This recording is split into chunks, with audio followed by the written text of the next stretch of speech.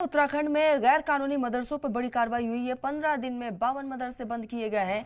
विकासनगर में 12 मदरसों पर ताला लग चुका है। खटीमा में 9 मदरसे सील कर दिए गए हैं। बिना मंजूरी के चल रहे थे ये मदरसे और ऐसे में उत्तराखंड सरकार ने ये बड़ा फैसला लिया है। गैर कानूनी मदरसों पर ये बड़ी कार्रवाई को अंजाम दिया गया है। इंतजामिया की तरफ से 15 दिनों के भीतर 52 मदरसों को सील किया गया है। आपको बता दें कि विकासनगर में भी 12 मदरसों पर ताला जड़ दिया गया है। खटीमा में 9 मदरसे पूरी तरीके से बंद कर दिए गए हैं। लगातार उत्तराखंड सरकार की ये कार्रवाई अलग अलग जगहों पर देखी जा रही है। तो बड़े पैमाने पर ये कार्रवाई हो रही है और अब तक 52 मदरसों को बंद कर दिया गया है।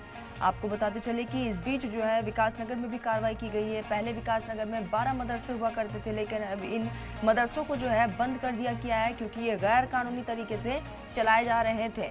और इसी के साथ ही खटीमा में भी 9 मदरसों को सील किया गया है। आगे भी लगातार इंतजामिया की तरफ से ये कार्रवाई जारी रहेगी। तो उत्तराखंड के सीएम ने साफ तौर पर 2 टूक कहा था कि गैर कानूनी कब्जे पर कार्रवाई होगी। गैर कानूनी तरीके से जो मदरसे चल रहे हैं उस पर भी एक्शन लिया जाएगा। और उसी की तस्वीर है जहां उत्तराखंड में गैर कानूनी मदरसों पर अब तक बड़ी कार्रवाई की गई है। 52 मदरसों को बंद किया गया।